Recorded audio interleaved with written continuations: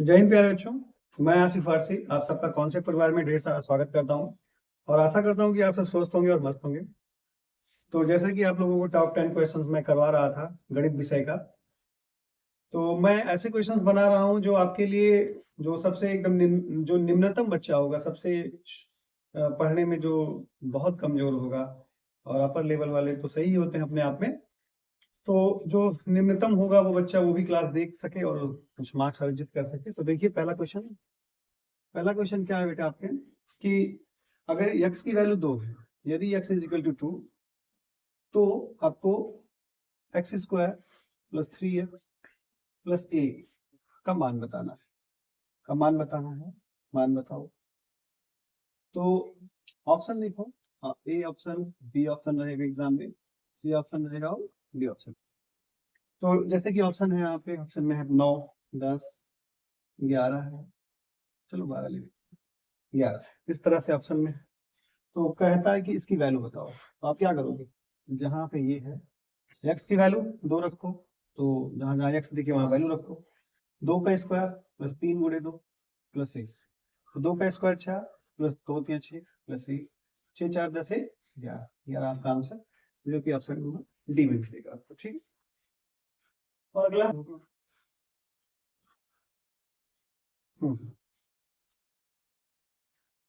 अब देखिए यहाँ पे प्यारे बच्चों जो है दूसरा क्वेश्चन है, और उसमें ऑप्शन ए, बी, सी और डी रहेगा।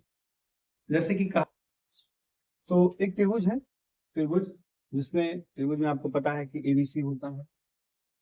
त्रिभुज में दो कोण दिया है, दो कोण है, दो कोणों की वैल्यू है 45 अंश और 55 अंश है। एक की वैल्यू 45 अंश और एक की वैल्यू 55 अंश। कह रहा है कि तीसरा कोण बताओ। ठीक है, चौथा कोण बताओ, तीसरा। तो देखो भाई, आप लोगों को पता होना चाहिए कि एक ट्राइंगल कितने अंश का कोण होता है? ए, बी और सी। एक मान लेते हैं ए की वैल्यू दिया है 45 अंश, बी की वैल्यू 55 अंश, सी हमें ज्ञात करना है। तो हमको ये पता है कोण ए प्लस कोण बी प्लस कोण सी इज इक्वल टू होता है 180 अंश, क्योंकि एक त्रिभुज 180 अंश का होता है ना। तो ए की वैल्यू 45 अंश, इसकी वैल्यू 55 अंश और सी ऐसे रहेगा।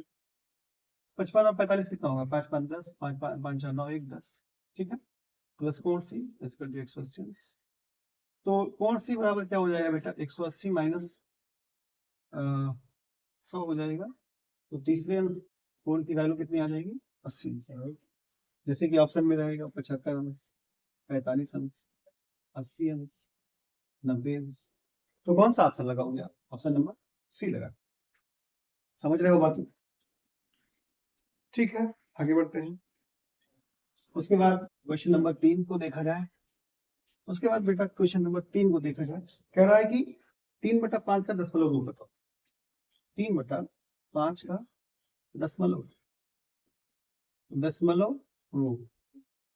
ठीक है, तो इसमें ऑप्शन दे दिया है 0.3, 0.5, 0.6 और 0.8। ठीक, तो आप 3/5 को कैसे लिखोगे? आपको ये पता है कि इसमें जाएगा नहीं, तो आप दशमलव, इसमें जब जीरो बढ़ाओगे ऐसे करो, मतलब ऐसे कर लो, 3 करोगे, दशमलव बढ़ाओगे तो यहाँ ये होगा। ठीक है, तो अब कैसे करोगे? तो 5 36 खत्म हो जाएगा, खत्म ऐसे करोगे। या फिर आप इसको कहोगे 2 से इसमें गुणा कर लीजिएगा, 3 दूना 6/10। आपको ये पता है 10 हो गया, तो ये कितना हो गया? ठीक है, ऐसे। ठीक है, बात समझ रहे हो? क्वेश्चन नंबर 3 था। क्वेश्चन नंबर 4 पे आते हैं। ऑप्शन नंबर सी सही रहेगा इसमें। क्वेश्चन नंबर 4 पे आओ बच्चों, क्वेश्चन नंबर 4 पे। क्वेश्चन नंबर 4 हमारा है कि यदि एक वर्ग का भुजा 4 सेंटीमीटर है। क्वेश्चन नंबर 4, यदि एक वर्ग की भुजा 4 सेंटीमीटर है, ठीक है, तो उसका क्षेत्रफल बताओ। तो उसका क्षेत्रफल बताना है। क्षेत्रफल बताओ। अब देखो इसमें क्या है ना, कि डायरेक्टली ये आपका फॉर्मूला से है। तो इसमें ऑप्शन है 8, 12, 16 और 20। तो एक बात देखना, यहाँ पे वर्ग सेंटीमीटर है, वर्ग मीटर है ठीक है, सेंटीमीटर है, वर्ग सेंटीमीटर है, और ये वर्ग मीटर में। तो ध्यान देना है क्योंकि मात्रक का भी ख्याल रखना है। हमें पता है कि वर्ग का क्षेत्रफल क्या होता है, भुजा का स्क्वायर होता है। क्या होता है, भुजा स्क्वायर। भुजा की वैल्यू कितनी है, 4, 4 का स्क्वायर मतलब 4 सेंटीमीटर, 4 सेंटीमीटर स्क्वायर होगा। तो कौन सा ऑप्शन सही है, वो सॉरी 4 चौक 16 पर, तो ये ऑप्शन नंबर सी सही है, ऑप्शन नंबर सी सही रहेगा।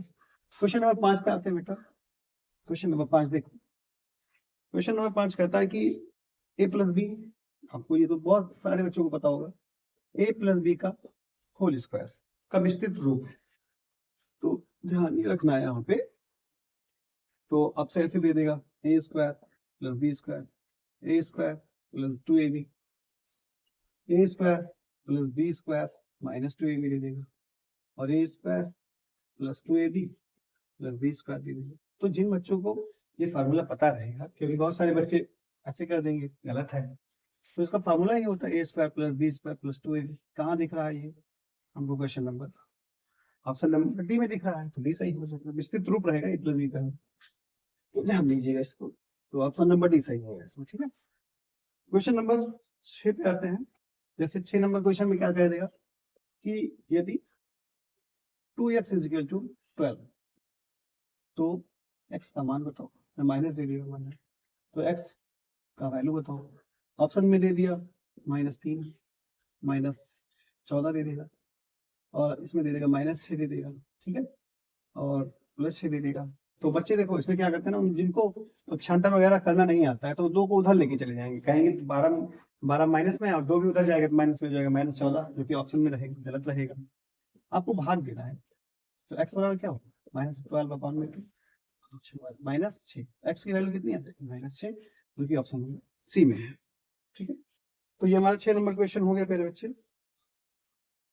समझ पाए बात को। अब आगे क्वेश्चन दे देगा 7 नंबर क्वेश्चन कि 1 से 10 तक की प्राकृतिक संख्याओं का योग बताओ।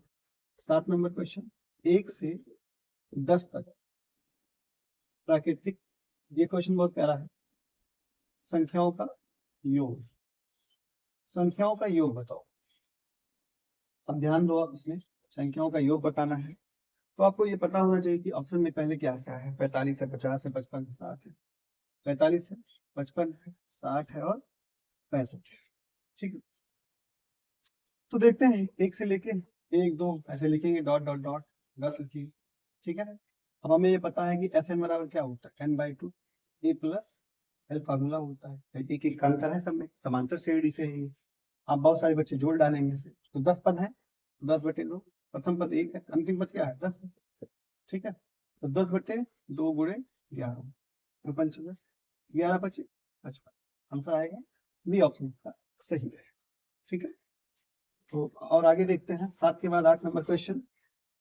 8 में देखा जाए बच्चों क्या होता है कि यदि किसी वृत्त की त्रिज्या 7 सेंटीमीटर है, 8 नंबर क्वेश्चन में देखो, यदि किसी वृत्त की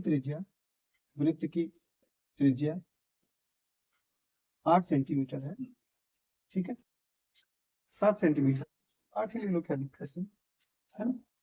तो उसका व्यास बताओ, तो उसका व्यास बताओ, व्यास बताओ। तो भाई हमको ये पता है, इसमें दिया है 16 सेंटीमीटर है, 10 सेंटीमीटर है, 9 सेंटीमीटर है, 5 सेंटीमीटर।